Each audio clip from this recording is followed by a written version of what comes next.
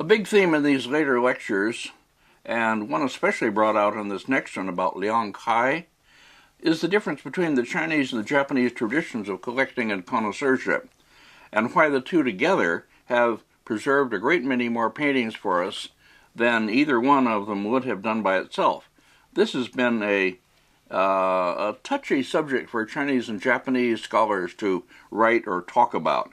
They have understandably avoided criticizing or bringing out the gaps or the weaknesses in their own tradition, and they run the danger of insulting the other tradition if they write about that in honest ways. Well, not so with your shameless lecturer myself. Recently, I wrote in connection with a great exhibition at the Shanghai Museum, which is on more or less now, October, November 2010, of early Chinese paintings from Japan. And they're going to be shown along with some early paintings from Chinese collections. I wrote an essay for this catalog called Early Chinese Paintings from Japan, An Outsider's View, which will be published in the catalog in Chinese, and I'm going to try to make the English version available to people somehow, on my website. Now, in that essay, I try to give an honest outsider's account of this touchy subject, and I recommend the essay to anybody who's really seriously interested in this. As I point out there, Liang Kai, as he was collected and preserved in China and in Japan, is almost like two different, almost like two different artists. It's quite an extraordinary phenomenon. The Shanghai Museum exhibition, by bringing the works in Japan and those in China together, allow people, I won't be there myself, but allow those who go to see these paintings together really for the first time in centuries, since they were done. I'm sorry that I won't be going, but I'll be elsewhere. I write in my essays that the return of these paintings from Japan to China, even a temporary return, is really very moving. It's like long-lost children who were disowned by their parents when they were very young, and now they are being welcomed back home.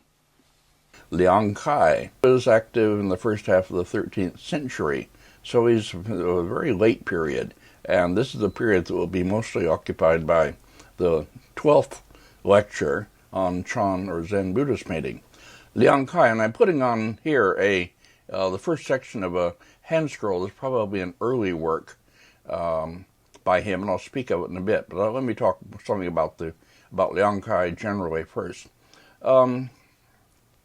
Liang Kai represents, as I've said already, a bridge between two great currents in Southern Sheng painting. That is the Imperial Academy and the Chan or Zen Buddhist masters, because he went from one to the other, according to the story anyway, that we generally believe about him. The hills around Hangzhou by this time, around the capital that is, held a great many Chan monasteries, or quite a few Chan monasteries. Some of them were favored by the Sung emperors, and Chan was popular in court circles, and Chan monks associated with courtiers and others. So the court artists working in the academy in Hangzhou must have known what the Chan painters were doing, and vice versa. So while we see them as properly as two quite distinct movements in late Song painting, there must have been some interaction between them. Liang Kai came from Shandong in the northeast of China, entered the academy, served as a Daijiao, painter in waiting, whatever you want to call that, around in the very beginning of the 13th century, the era 1201 to 1204. He held the Daijiao position. He began as a follower of Jia Gu, whom we saw briefly as the end of the line, so to speak, in the devolution of the Litang landscape style. But Jia Gu was also a figure painter in the Li Gonglin tradition. I don't think we have a painting by Jia Gu of that kind, but we do have one by Liang Kai, who, as I say, was his student in his early years. Now, I'll speak of that painting in a minute. Liang Kai was given an award, the Golden Girdle, a very high award within the Academy. But according to the story, he left it hanging on the wall of his room and went off to live in a Chan temple. and spent his time, the rest of his life, moving around among Chan monks and painting pictures, supposedly, for the Chan monks rather than for the academy. Some of his paintings were inscribed by monks in the temples located around Hangzhou. So that makes sense. We have some evidence for this story, in other words. He's said to have been fond of drinking. He was called Liang Fengzi, Crazy Liang, or Liang the Buffoon, something like that. The paintings after he moved out of the academy are presumably the ones we have that are sketchy in the so-called genbi, or abbreviated brush manner. This is only an assumption, but it makes sense, certainly, and we'll go ahead on that assumption. In any case, those of his works preserved in China generally represent the academy style in which he worked, presumably in the earlier part of his career, and some of them represent also his reported buffoonery, whereas those preserved in Japan, presumably more by the Chan temples and brought back to Japan in Chan Buddhist connections, are, well, what we would speak of as profound works, almost inspiring a kind of reverence. Really, Chan, well, I'm already raising this difficult problem of what is Chan or Zen painting. I'll allude to that here and there in this lecture, and maybe try to address it in the last lecture. But at any rate, the two Liang Kai, so to speak, as seen in China, the academy artist, and as seen in Japan, the Chan artist, it's as though there were two different artists. Actually, of course, what we're seeing is two different audiences who emphasized and preserved different kinds of paintings that he did. So they're both really Liang Kai. Very interesting situation, though.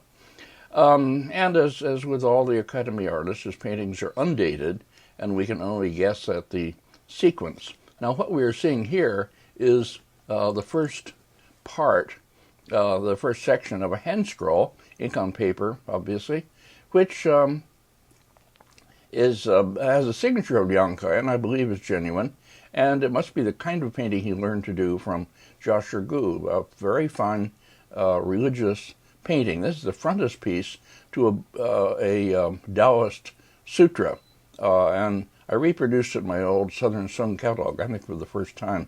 It was owned then, and still is, I suppose, by Wango Wang, a collector and scholar and filmmaker and so on, an old friend. Anyway, it's the frontispiece to a Daoist sutra, actually, the Huang Ting Jing, and the text which comes afterwards is written by Zhao Mengfu, an early Yuan calligrapher, artist and calligrapher. Well, they can't have gone together originally because Zhao Mengfu comes later.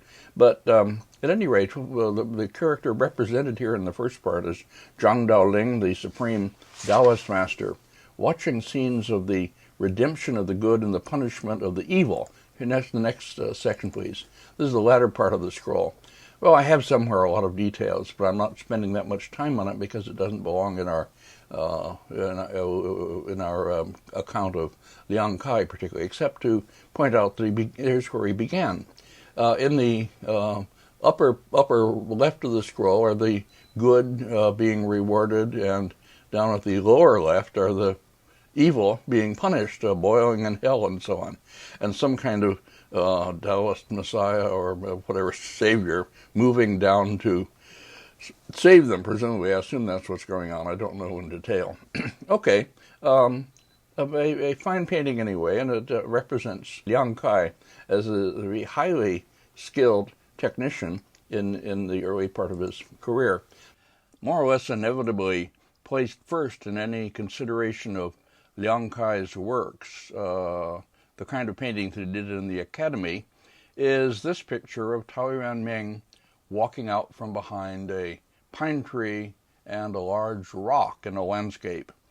Paintings of Taoyuan Ming, as I've talked about before, had a political purpose. They were presented to ministers, by the emperor to ministers from each other, in order to praise the recipient as being somehow like Taoyuan Ming. He was the 6th dynasty's poet. We saw a hand scroll of illustrations to his famous poem about returning home, Gui Chulai, toward the end of Lecture 9A by a follower of Li Tong. I'll bring that back now and show it beside the Liang Kai painting. It's remember, in ink on paper and very different, but even though it's very different in subject and style and everything, the figure of Tao Yuan Ming is very much the same. It belongs to one of these things that in a different article called type images that get sort of established in Chinese painting and eventually are used by everybody, whatever the situation. That's another big subject. In the old hand scroll, Tao Yuan Ming is returning home in his boat in the beginning of the scroll, whereas in Liang Kai's painting, it must be long after he's returned home and he's going out for a walk or returning from a walk out into the forest. Okay. Now, anyway, in this hanging scroll, we see him in his typical image, carrying a flower, striding along purposefully, the tassels of his cap trailing behind him, in this case about to cross a bridge over a stream. It's an image that's full of movement and energy. It's a very fine Academy-style painting. The composition, as you see, is of the 13th century type, late Song type, that I've shown and defined several times already, that is to say, in which some figure is coming out from behind something or from underneath something that overhangs. That is, the composition is diagonally divided, but the heavy part is up above and the figure comes out below. We'll see still one more example of this in the famous painting by Liang Kai of Shakyamuni coming out of the mountains. Anyway, it's of that type. The sky is darkened. It must be evening. As I say, he's returning home. This very common theme of lateness, returning home, which I've come to over and over in these lectures, especially in the previous one about Ma Lin, where I talked about it at some length. Very typical of late Song, deserving of a long lecture or article on its own. Anyway, so the sky is darkened. As I say, it's evening. The red leaf tree shows that it's autumn. So Tao Yuan Ming is late in his life, free from officialdom, very happy, presumably walking home. The next, please. There is a signature of Liang Kai in the lower right corner of the painting, which seems reliable. It's not to be seen in this detail of the rock there. Notice the dian, or dots, clusters of them, of the late Song 13th century type. Again, we've seen these before. Large black dots with spots of mineral green over them. We'll see these still in other paintings to come, I think. And note also the way the clusters of these dian or dots, vibrate over and outside the forms as if they're not attached to them. That also is a late feature. The rock, as you see, is in a late Li Tong manner, the axe-cut sun having been translated into large axe-cut sun in the hands of Ma Yuan and others somewhat before, and that's what you see now, the late Song type. Next, please. Up above the lower part of the large rock on the trunk of the pine tree with vines, we saw in the previous lecture a painting by Ma Lin, dated 1246, listening to the wind in the pines. And there's a lot that agrees with that in style. The calligraphic treatment of the drawing of the pine bark and the twisting vine and so on. And the whole sort of dramatizing of the whole thing. And here again we see these more or less detached dian, mineral green over black. Now next, please. Here's the upper part of the painting with the pine tree, the red leaf tree seen. The rich pattern of clusters of needles and pine branches with depth accomplished in them through overlaps and through shading is very notable and very much late Song. The painting holds our interest, that is, as part of a complex image. Altogether, this is a very fine late Song Academy painting. Convincing, I think, is the work of Liang Kai during his early Academy period, the kind of thing that won him his award, the Golden Girdle. Now we turn to a work that is less easily datable, but probably also belongs, I think, to his academy period. And this is the, next please, 8 Great Monks, a hand scroll in the Shanghai Museum. 8 paintings mounted on a single hand scroll. 4 of them are signed. The paintings are in ink and colors on silk. The accompanying texts to the left of each, ink on silk, are not really texts telling about the pictures, but rather unrelated philosophical texts. The paintings, 4 of which are signed by Liang Kai, are not iconic religious figure pictures, but represent figures in landscape settings, representing anecdotes or incidents in the lives of 8 famous monks. More specifically, they belong to the type called Chan encounters, in which typically a secular figure meets up with a famous monk or famous Chan Buddhist figure. The paintings thus can be seen as hovering between the properly religious Buddhist paintings and the semi-secular pictures in the academy style. One can speculate about what kind of patron or client they might have been done for. The imperial palace with the academy in it was on the shore of the West Lake in Hangzhou. I've shown you that. It was often visited by Chan Buddhists from the temples in the hills around the lake. Liang Kai's association with those might have facilitated his move out of the academy and into a Chan monastery, if that story is indeed true. Well, in my old index, I expressed some uncertainty about whether this scroll is an original or an early copy. For our present purpose, let's accept it as a work by Liang Kai, probably done during his academy period, although it could also have been done later for some special purpose or patron who wanted a painting of this subject in this style.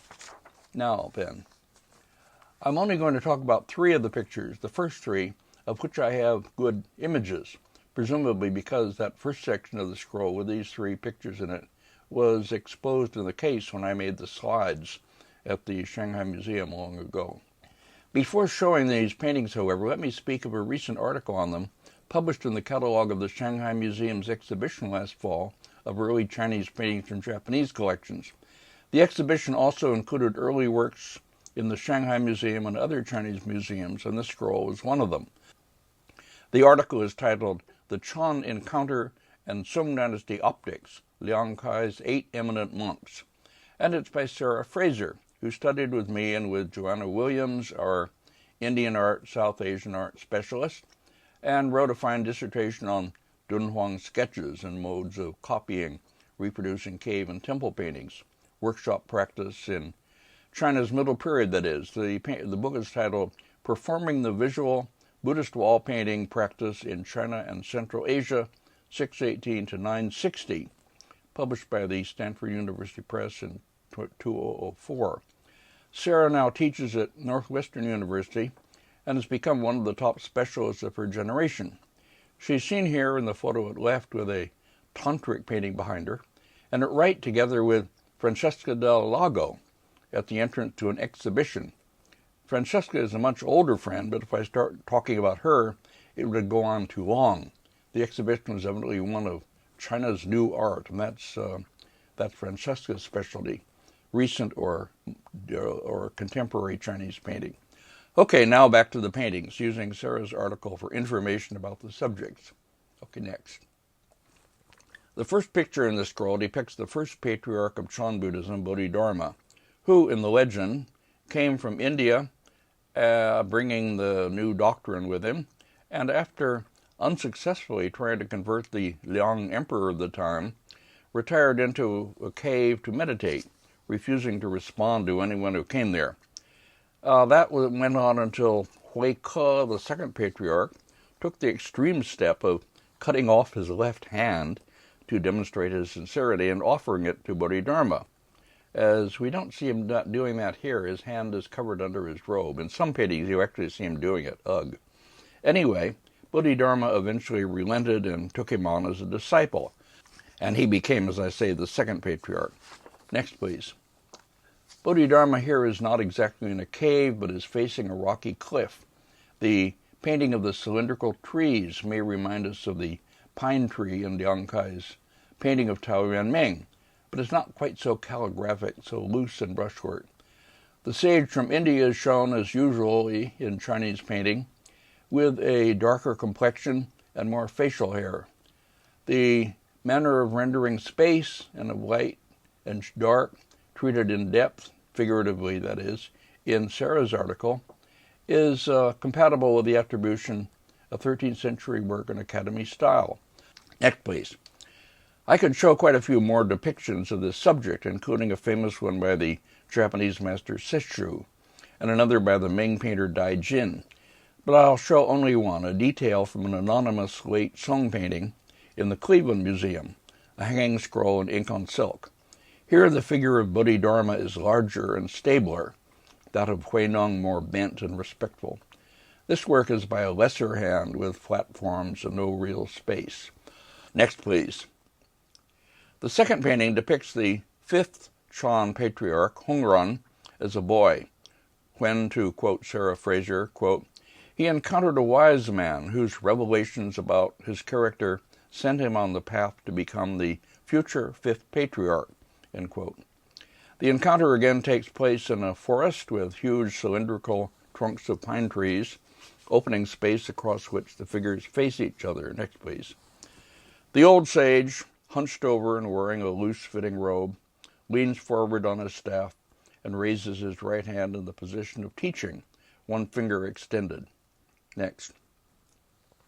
In this closer detail, we can see how the artist, presumably Liang Kai, has modeled the face with shading, emphasizing the areas around his eyes, his large nose, his sagging cheeks. Is this consistent with the depiction of the original Buddha Shakyamuni in a famous signed and generally accepted Liang Kai painting that we'll see later? That is Liang Kai's Shakyamuni coming out of the mountains. I'll put this beside it. Tentatively, I would say yes, allowing for difference in period and subject. The rendering of the sunken eyes especially is similar. In any case, it's comparisons like this of close-up details from the paintings, comparisons of a kind that scholars of European art routinely make, that will allow us to come to conclusions on questions of this kind. Next, please. And here is the boy Hongran, bowing over with hands clasped in respect, his face already distinctive and grown-up looking, not boyish at all. Here, too, the artist has successfully rendered the volume of the body under the loose-fitting clothing, and the clasped hands are skillfully depicted. Details such as these give us confidence in the attribution. Next, please. The third of the 8 paintings in the scroll, and the last I'll show and talk about, represents the Tang period Chan master Miao Ke Daolin, 741 to 824, who lived in a tree and was nicknamed Bird's Nest. The famous Tang poet Bo Jui visits him in an anecdote and asks, "Aren't you in a precarious position up there in the tree?" And Miao Ke answers, "No, you're in a much more precarious position down there, because your, quote, your discriminating consciousness has not yet been extinguished. You haven't, that is, arrived at Chan enlightenment." The story reminds us of the famous but probably equally apocryphal one, that is, never really happened.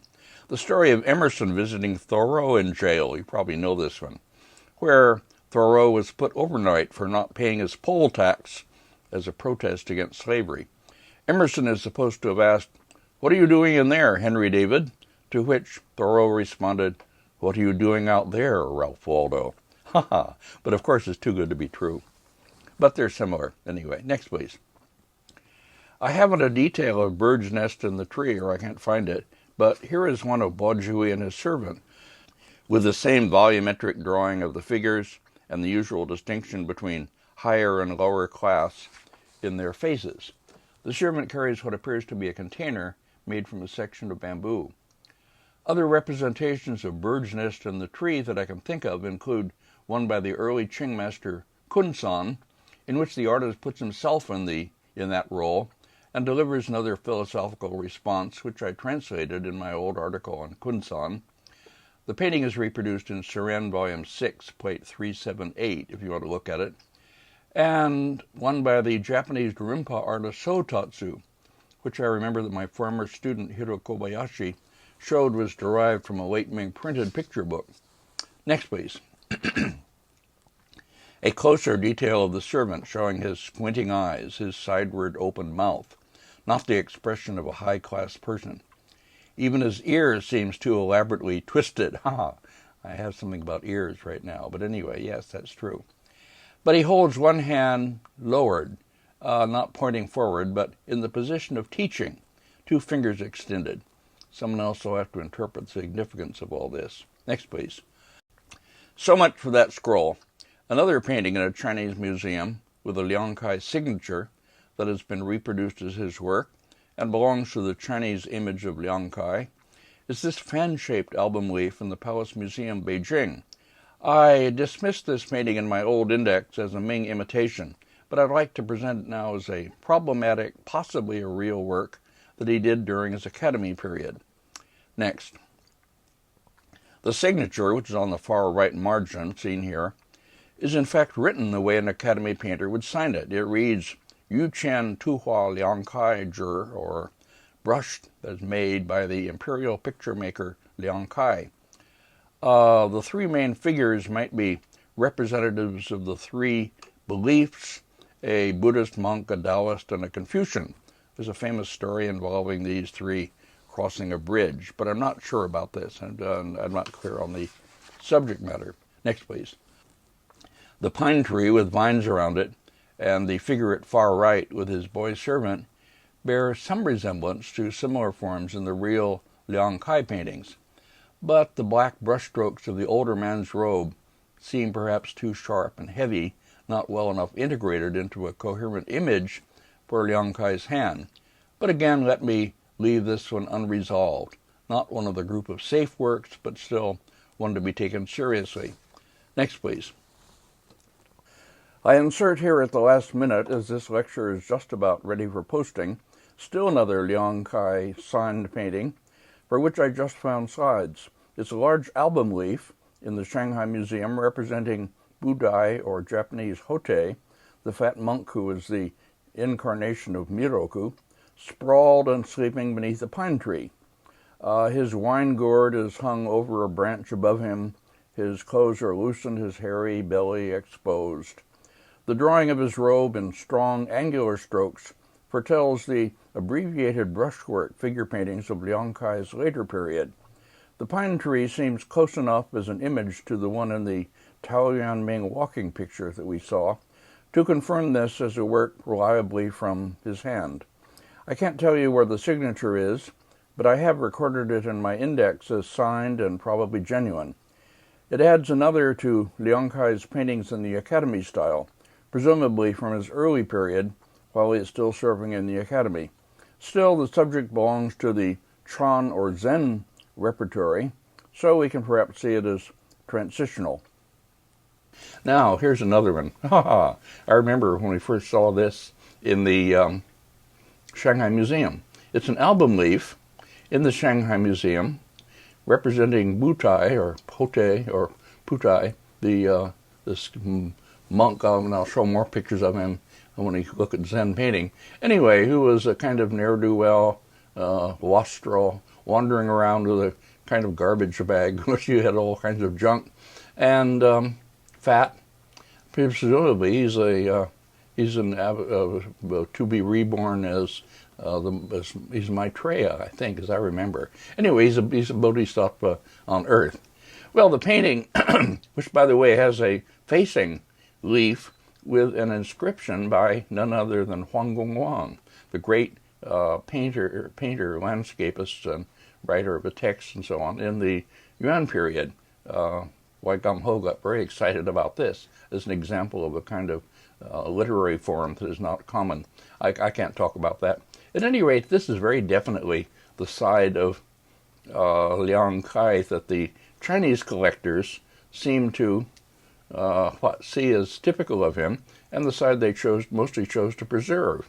Liang the buffoon, Liang the comic character, and so on. It's a rather, well, how to put it, it's a rather gross image, you can certainly say, with this great grin and the eyes and so on. I suppose it's genuine. I suppose he did such pictures, but anyway, it isn't it isn't the Liang Kai that we most respect. But this is the one, as you see, with the important seals. Here is Geng Zhaozhong again, and this is the one that was appreciated by our Chinese connoisseurs, because for them, Liang Kai was a kind of eccentric academy painter.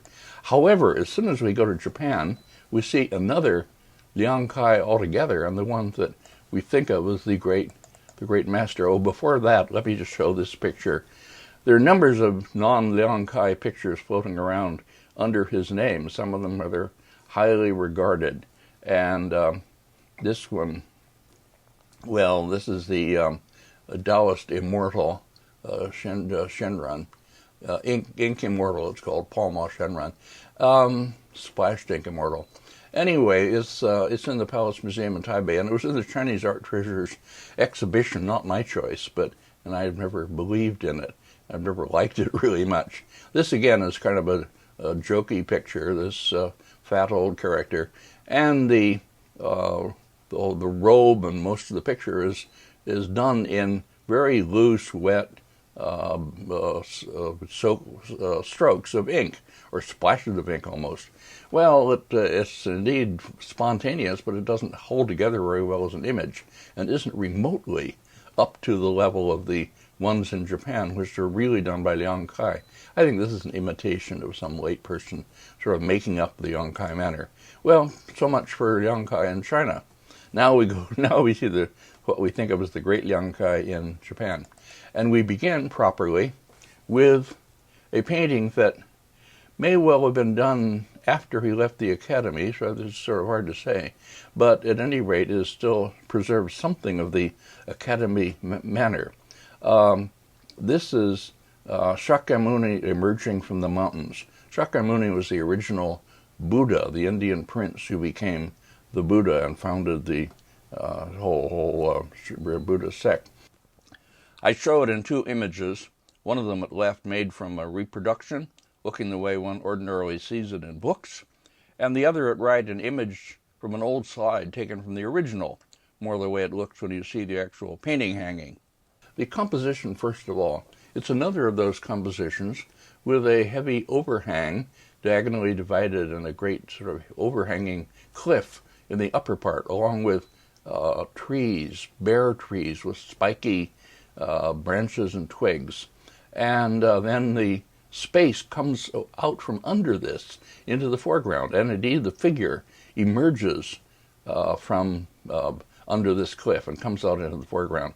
Now, Shakyamuni is supposed to have tried prolonged meditation in the mountains before he attained enlightenment, but he comes out disappointed. It didn't work. These several years of sensory deprivation and extreme hardship did not bring him enlightenment. Later he does have enlightenment under the Bodhi tree and so on. You know the story, many of you. And here is the composition may remind you a little bit of the composition of a wonderful painting we saw in the previous section. One of the anonymous pictures, seasonal pictures, the one of winter, in which the traveler pauses on the path and turns to look back with hearing the waterfall and two gibbons in the upper left, the cries of the gibbons. Well, it is like in that the landscape forms are not really given much texturing or even a lot of clear shading. They're in large part bare. A few trees, wonderful handling of space, which emerges from behind an overhang and as the figure does. So this is a 13th century type. Well, we wish we had more. It's very powerful and effective. At any rate, here you can see in the figure, emaciated, a face. He is, by the way, an Indian. He is usually represented in China as a foreigner. Dark-complected, hirsute, a lot of beard, hair. The bump on his head is a sign of his enlightenment. Long earlobes, because he'd been a prince, with long, heavy earrings before he had renounced all that, and so forth. You know all that. Some of you. And an emaciated body, and a look of great disappointment, and someone who has gone through, as I say, great sensory deprivation. Now, the trees around him are spiky. This is not nature comfortably made for comfort of man. All of them sort of prickle and stick toward him, surround him.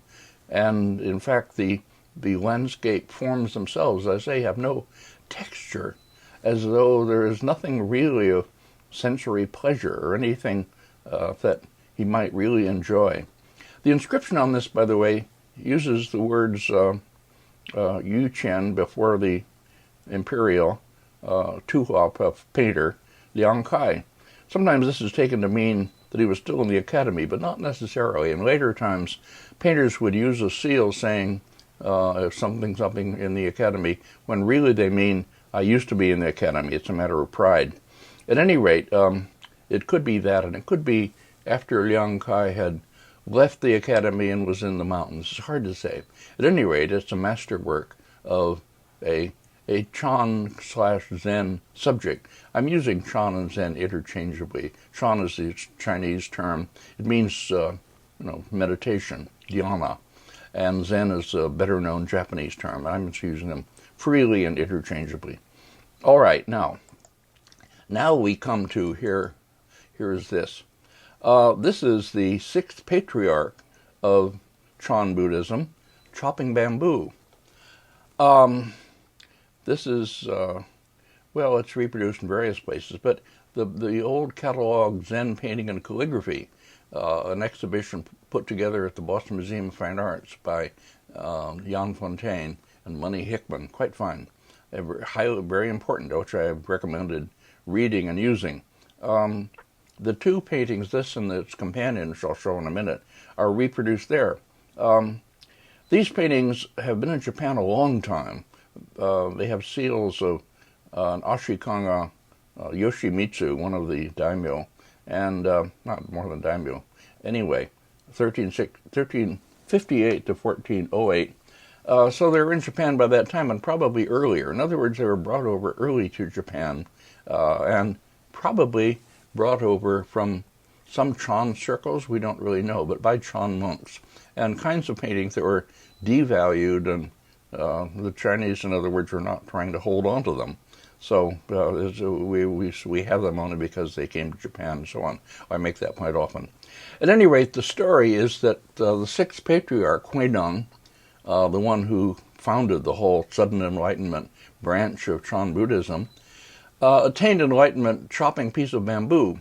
But the story only goes with this painting. There's no literary basis for it that anybody has found, as far as I know. The same way with the tearing up the sutra picture, we'll see later. They're wonderful pictures, and it makes some sense. The idea of cutting through bamboo with its hollow heart with a sharp knife is somehow a Zen image. I can believe it. Anyway, here we see Huineng, if it is he, sort of crouched down with a knife that looks more like a razor, really, holding a piece of bamboo and about to chop through it. And behind him is a tree with a vine winding around it. And up at the top you can see a branch going off and a very rough representation of earth in the lower left, just a single a stroke with a very broad brush, like a broom almost. They're supposed to have sometimes used bamboo broom-like brushes for certain effects. They used whatever they had to, whatever they needed to make what they wanted. These are signed, by the way, Liang Kai, prominent signatures, and both considered now genuine. I'll speak about the other one when I come to it. Here, anyway, is a bit up closer. Now, when we come to look at the figure, you see the drawing is quite vigorous, strong, and at the same time, strokes that are somehow disconnected. You can't see how it's done. Somehow, in a near miraculous way, Liang Kai manages to do this as though just with a flourish of the brush, wild, free brushstrokes, that yet somehow establish everything about the figure that you want to know. The articulation of the body under the robe, the clothes he's wearing, the distribution of weight on the feet, his main weight on the left foot and the right foot sort of behind him and tipped up a bit. and he leans forward and he puts some of his weight on the bamboo stalk that he's about to chop, and so on. All of this done in, as I say, what looks like just free and loose brushwork. A miracle. It's a small miracle. Okay, next, please. Here, okay. Yeah, here even coming in even closer. Well, even at the end of the first lecture, I was already saying that brushwork is a very big thing in Chinese painting. And you read these pictures partly by imagining that you're making these strokes. I use this term empathic kinesthesis, feeling somebody else's movements. And that's what we were doing here. And it's a very powerful experience just to see how an artist can have done this. Look, you can see here closer the rough brush strokes that make up the pine tree and the earth bank below, and the artist's signature at the left. Here, still closer, seeing the lower part. This is very different from conventional Chinese brushwork. I'll speak of that in a while, just how it differs and just what the implications of that are. He is shown as a rather low-class figure, by the way. He was supposed to be hairy arms, nothing very idealized about the figure himself. And the strokes that make up his body or his head, and so don't even connect. In fact, the ones in the body don't all connect, and yet, or the arm, and yet they pull together marvelously into a compelling and lively image. Okay, enough. Now then, here's the tree and the vine winding around it. The vine done in rather finer brushwork, and the tree in very loose brushwork. Okay, the next, please. The other, at one point I doubted this and joined lots of people in calling it a early Japanese copy. But then Jan Fontaine in this exhibition brought the two to Boston and showed them together, and they look differently, but different. But that's probably, as he argues, because they were separated in Japan and came down through separate transmissions, different collections, and were treated differently. But the actual brushwork and such seems convincing now to me. Here, the upper part, the branch of a pine tree, is even wilder. I mean, you're not quite clear that that's a great stroke, which is almost something out of abstract expressionist painting rather than a Zen image. Okay. Anyway, coming in closer, the brushwork here is even more jagged and whatever. Again, there's no literary basis for this particular image, the patriarch tearing up a sutra, which is a Buddhist holy text. Zen people didn't put a lot of faith in holy texts, and I think the sixth patriarch is supposed to have, one of them is supposed to have destroyed a text after he achieved enlightenment and so on. Well, so there's something behind it, but it's not clear. And once more, we can say that it's a figure that is quite wonderfully depicted in action, in violent action, and the whole fury of the person's rage against conventional textual sources of enlightenment, so to speak, is marvelously caught here, up closer. The face is somewhat the same, rather low-class character. Look at this stroke that makes up the, from the, goes over the raised right hand, comes down forming the sleeve, and then suddenly changes direction, goes up and comes down again, making up some of the sleeve over the left hand. This looks like it's all done with one split brush stroke. The tip of the brush that is divided. Shakyamuni did this, but in a much milder way. Liang Kai does it sometimes in paintings of this kind. You can see it here and there in these paintings. And boy, this is a knockout of how to do it. Again, an articulate body under all this, somehow felt under all this. And the movement of the body and the weight and certainly the grimace of the face is wonderfully caught. Okay, and he is pointing with one finger, as you see in this closer up detail. Those who read Chinese can probably maybe even read something of the text, I don't know. But he is pointing as though he is still teaching and grasping one part of the sutra while his left hand grasps the other part from which he has torn it. Ah, powerful, wonderful. Okay, enough of that. Now we come to, oh boy, one of the great works. Well, this is the painting of Li Bo, or Li Bai, Li Bo, whatever you please, the great Tang poet, walking and chanting a poem. Again, this is a tradition. There's nothing on the painting that tells you what it is, but this is what it's been called.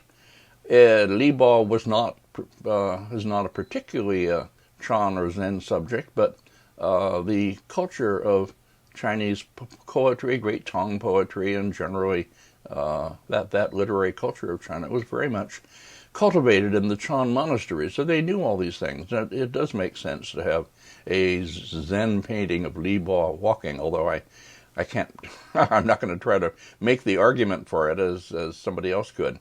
At any rate, this is taken to be, is in the Tokyo National Museum, has a signature on the lower left, and is taken to be his grand masterwork in this matter of the abbreviated brushwork. Okay, what can we say about it? It's done, again, in the fewest possible strokes, abbreviated or simplified brushwork, certainly. And fortunately, I had access to it years ago and took a number of slides, and I can show you just how he uses the brush, which is really quite wonderful. I mean, I can't explain it. Nobody can explain it. Nothing could explain it.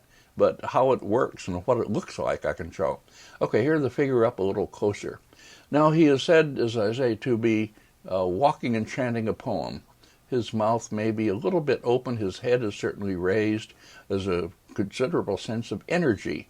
And his feet are distributed in such a way that he doesn't seem to be moving forward. As the body under his robe, even here, some suggestion of weight and so on, which he manages to convey in this very, very simplified image. The next, please. Here, the upper part. As we get in closer, we see more of the nature of the brush strokes, which are remarkably diverse. You can't speak of any brushwork system. Absolutely not.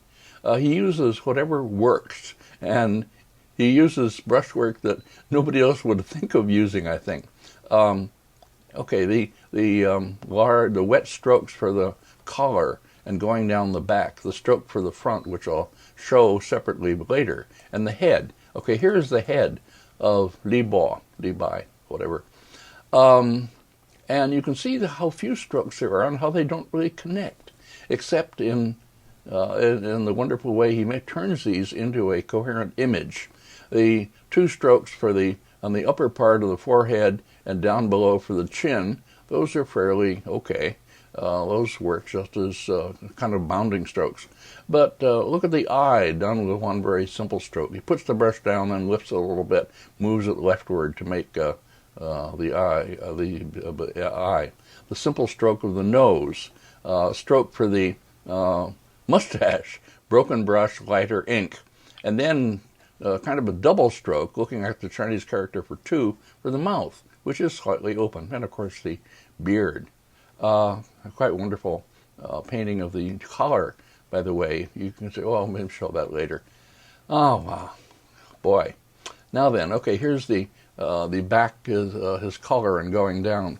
Now, again, you have to imagine yourself making the stroke. You have a big brush loaded with light ink, generally, and you put it down, move it leftward to make a sort of a rectangular, slightly curved stroke, and then lift slightly and up and then over to the right to make a narrower stroke to show the collar. And then with wet ink, you go back into the still wet area, presumably, and make strokes downward that represent the back of his cloak. And you see that the stroke here, the main one, coming down from this, shades outward, not inward. It has its sharp edge and darkest edge on the inside and shades outward. How is that? I'll come back to that in a minute. Here's the sheet. Wonderful. Everything in this is wrong from the standards of Chinese brushwork. Nobody can do it.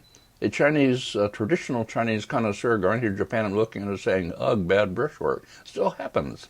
And that's the way they feel. But somehow for those who are in tune with it, as I take myself to be through, years in Japan and Shimada and somehow absorbing all this and loving it, for those in tune with it, it is a treasure, a national treasure, as indeed it is. Two very dark, shapeless strokes for the feet. One further back, one further forward.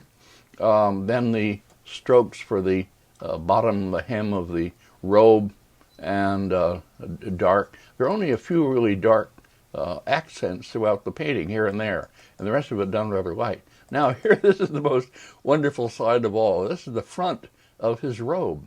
And you see that instead of doing it as you might think, or it might ordinarily be done, with the sharp edge outward, it's the opposite. The sharp edge is inward and it shades outward. That is, the brush was held in such a way that the tip went along the left edge of this, the inside edge, and the shaded part sort of shading outward into the surrounding space moves. Oh boy, you could see it.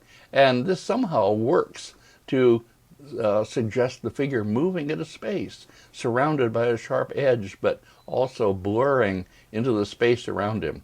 Well, as you see, I have even trouble describing this, but it's worth trying to describe it, and making you look at it for a long time, which is what all this is about, just to bring out the near miraculous something that this artist has managed to do. Now I'm going to put let me show just briefly, and then before I go on. Here is a painting, actually in the Moa Museum, a very rich museum in Japan, but it's a Liang Kai sign painting, and it's sometimes taken to be a genuine work of his. I would suppose it may be a work by a follower, not quite up to the level of the others, but still old and fine. There's a signature down on the left, not unlike his other signatures. This is a painting of the two Chan hobos, so to speak, Han-chan and Shurda, Kanzan Jitoku in Japanese. Very common subjects in Chan painting. We'll see several versions of them in the next lecture.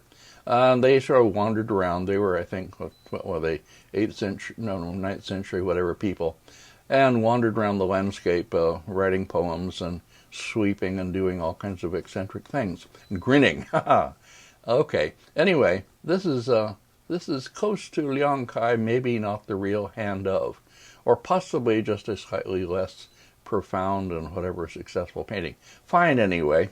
Okay. Now I want to put on the fairly close up, the Six Patriarch chopping, and the Liang Kai image, the whole image, but without the seal at the top and so on. Put those two on the screen together while I go on talking for a little bit. I've been talking about rough brushwork and unorthodoxy, and we can remember back something called the E-pin, or the untrammeled style, all of which somehow belongs within literati painting. That is, literati painting in its context in the late Northern Song was a break with traditional painting and move into a kind of unorthodoxy. Well, how does this relate to it? That's a big, difficult question, which I began to try to answer already in a chapter in the Skara book long, long ago, which dealt together with literati painting and Shan Buddhist painting. But let me say, again, I'll try as I go along to talk about this subject without even pretending ever to really have a solution for it. Literati painting, Wanrenhua, however free in brushwork it may be, keeps a kind of intellectual, or you might say humanist approach. A certain discipline in the painter's hand is expected and even demanded. Whereas Chan painting, what we call Chan painting, Zen painting by contrast, is intuitive, incisive, kind of anti-intellectual, cutting through all the intellection, all conventions. I'll talk more about this in the last lecture. At any rate, Liang Kai, obviously, by almost paradoxically, by his academy background, was especially well suited to the second kind because he was an academy painter with this rigorous technical training, which underlies his genbi or abbreviated brushwork paintings. That is, he can abbreviate the image, he can reduce the form to a very simplified image that has an immediate impact. You have no sense of analysis, no sense of the painter having studied and depicted this form. Okay, let's see. Okay, this form in a kind of intellectual, deliberate way. And he does all this, as I say, without losing the structure of the forms I've tried to bring out, and still managing to suggest something of solidity, of articulation even.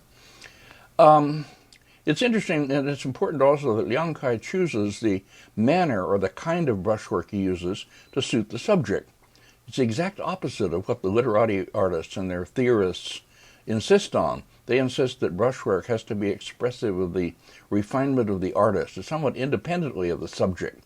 Well, this is a main reason why the kind of painting represented by Liang Kai and Chan painting and a lot else that I'm praising so highly was rejected in China because it broke all the rules. Brushwork, in the case of Liang Kai, and Zen painting, some of it, adapts to the nature of the subject and to the expressive power that the artist wants to impart to the image, and not to some expression of the artist's interior life or whatever, that kind of thing. Well, the suppression of painting that followed this latter direction, that is, brushwork that adapted to representational purposes, the fierce suppression of this in Chinese painting is, I think, one of the tragedies of the history of Chinese painting, in my view. I have felt this for a long time. The first chapter of my compelling image book was dealt exactly with that problem. Why certain points, certain directions that were taken in Chinese painting, which were moves toward a more visual approach, whatever you might say, were rejected and in fact stamped out. Well, okay. What do we mean when we talk about Chan painting or Chan style painting? I've already begun to make some suggestions, but I'll try to answer that more in the last lecture. But let me make one point, as I used to in my classes before we go on.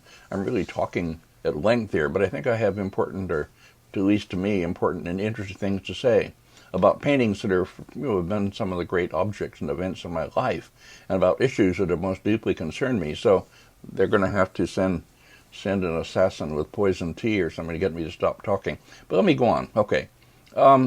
What do we mean when we talk about Zen Chan painting? As I've said already in another context, philosophies, religious doctrines, all of that do not create styles. Artists create styles, individually and collectively. And artists paint in ways that they themselves choose to, but also according to the demand and the needs that they perceive in the society around them, and their expectations of the sales and commissions and so on that they have to respond to. They will make choices then, partly as affected by their perceptions of what will be appreciated and accepted by their clients and their patrons. To put it crassly, what will sell. So our question always has to be not, why did Chan or Zen Buddhism create this style? Because it didn't. But rather, why did artists working within Chan Buddhist temples and circles, artists working for people of the Chan persuasion, and I'll talk about all this a bit in the next lecture, why did they choose to use certain styles, certain kinds of brushwork, rather than others, out of all the styles that were available to them by now, that is, as somehow suitable to their purpose? Well, this is something we'll consider again when we come to the last lecture. Big, interesting topic, but here, that's the beginnings of my way of dealing with it. Okay, now we come to look at Liang Kai's landscapes. He's also a marvelous painter of landscapes with figures. And the finest, and the one inevitably begins with again, is a winter landscape with travelers in the Tokyo National Museum, reproduced in Suren and various books. I don't know a really good color reproduction, but I'm sure you can find one if you want to. At any rate, here it is in a pretty good color image. I have only a couple slides. I don't have as many as I used to have. But anyway, okay, now it represents two travelers, and we'll see a detail of them here. Okay, yeah, on horseback, making their way through a landscape, coming in from the lower left, and making their way behind a wonderful group of bare trees, making their way up through the pass. And if you were to follow up through the pass, you would see in the upper part, and I used to have a detail of it, a gate. So they're going through a gate that maybe leads out into other territory. I'm not just unclear just what the gate represents. Later, I found the slide showing this detail, and I insert it here. We see the two mountaintops, the nearer one at left, covered with vegetation done in the Fan Quan manner, the further one at right, dimmer and with only blurry vegetation on it. Between them, hard to discern even in this detail, is a wall with a gate. The darker rectangle at lower left is the opening, and above it are the roofs. And in the still further distance at left, still more distant peaks, dimly silhouetted against the dark, wintry sky. The style of the landscape, as you can quickly see, represents the late Fan Quan style, which I showed in a couple album leaves, or fan-shaped album leaves. That kind of vegetation on the top of the bluff, the trees, a few other things. Notice, by the way, this very broken stroke that forms the shoreline in the lower part, done with a big brush and so on. We saw something like it in a painting attributed to Li Tong and others, and I pointed it out in several connections. Okay, here in the detail, the old trees, bare trees, with snow on their branches and twigs, and wonderful use of washes simply to represent the cold atmosphere, or to suggest the cold atmosphere. And the two travelers, here as I have a detail of them, here they are, yeah. Here are the two travelers up close, on their horses, I guess they are. Both heavily robed, both wearing fur hats, and turning toward each other as figures in cold landscapes tend to do, as if they get some kind of comfort by facing each other. This is a convention in Chinese paintings of this kind. At any rate, as I say, they are making their way, they are about to make their way, as you can see in the whole painting, up behind the bare trees, up through the pass, which is not really represented in this case, all filled with mist. All up through the valley, there must be a pathway up there, and go through the gate at the top, which is dimly represented, and wonderful dark sky, wintry sky. Okay, this is Liang Kai's best known and finest landscape with figures, Tokyo National Museum. Next, please. Okay, here, this is, you might almost say, is an aftermath. This is a painting I discovered, so to speak, and published for the first time, I think, in the Palace Museum in Beijing. It's a signed work of Liang Kai. I don't remember where the signature is, but it's there. Oh, here in the middle right, here it is, down under the bits of Fan Quanish vegetation. Well, this, as I say, it's a kind of coda to the others, as if the same two travelers have made their way through the pass, through the gate, and are going down the other side, because you see them here, just the upper part of them, making their way down in the sort of lower little left of center, and around them more bare trees, more snowy landscape. And then down below you see the path, which seems to be built on planks, or anyway, wood laid down on the path. You can see the horizontal strokes, and covered with snow. So this is a quite, again, atmospheric, somehow conjuring up the whole effect of a wintry, cold landscape and traveling through it. Before we go on to conclude with two more fine Liang Kai album leaves, let me insert here these two briefly. The one at left is an old Freer acquisition, 09.244J, and is reproduced as plate 12 in my old Chinese album leaves book, which is made up of old album leaves in the Freer Gallery. I put it in here because of its obvious relationship to Liang Kai's great painting, It may be a copy after a work by him. The two travelers on horseback enter at the lower left in this one. They pass behind the bare trees with snow on them, presumably, and eventually reach and go through the gate that's seen only dimly in the middle right, beyond the hills. The hills are covered with Fan Quan-style vegetation again. A great painting like Liang Kai's may have inspired many such derivative works. I made this point already in my lecture on Maoyuan using examples. The fan painting at right is copied from an exhibition catalog and is in a Kyoto private collection and attributed to Liang Kai. I haven't seen the original. I cannot comment on it, beyond saying that it looks early and fine. The end of a boat is seen beyond reeds on the shore. Whether the occupant of the boat is lying in it or is disembarked, we can't say. It may be that he's seen dimly, but I can't make him out in the image between the trees. The snowy hills, the wintry sky, the bare trees are finely painted, but they don't show any of the characteristic style of Liang Kai. This may be an attribution based only on the subject, a wintry landscape. Now back to more reliable works by Liang Kai to conclude. Okay, next please. This is a painting, fan painting, with a Liang Kai signature, again in the lower left here, which was in the collection of John Crawford and is now in the Met. And I remember very well when it first turned up in an album I've spoken of several times that Crawford acquired from Zhang Daqian with a number of excellent, important leaves in it. And this one particularly struck us all, the group that was cataloging this Crawford collection, as a real discovery, a remarkable painting representing, as you see, a traveler here holding a staff in the lower right, making his way along the bank but pausing again, like the traveler in the painting I showed with the gibbons, pausing on his path and turning. Maybe something is attracting his attention. We don't know. There's nothing shown. But for whatever reason, he pauses and looks over. It's almost as if he is pausing a little, with a certain apprehension, because the great cliff looms over him in this way, and it all seems so, again, kind of lacking in sensory, things to respond to. There's a bit of reeds and so forth, and maybe a little bit of bamboo here, but mainly this great overhanging cliff done simply with